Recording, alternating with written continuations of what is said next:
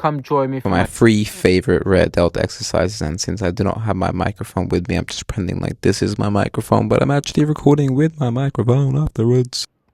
What have you?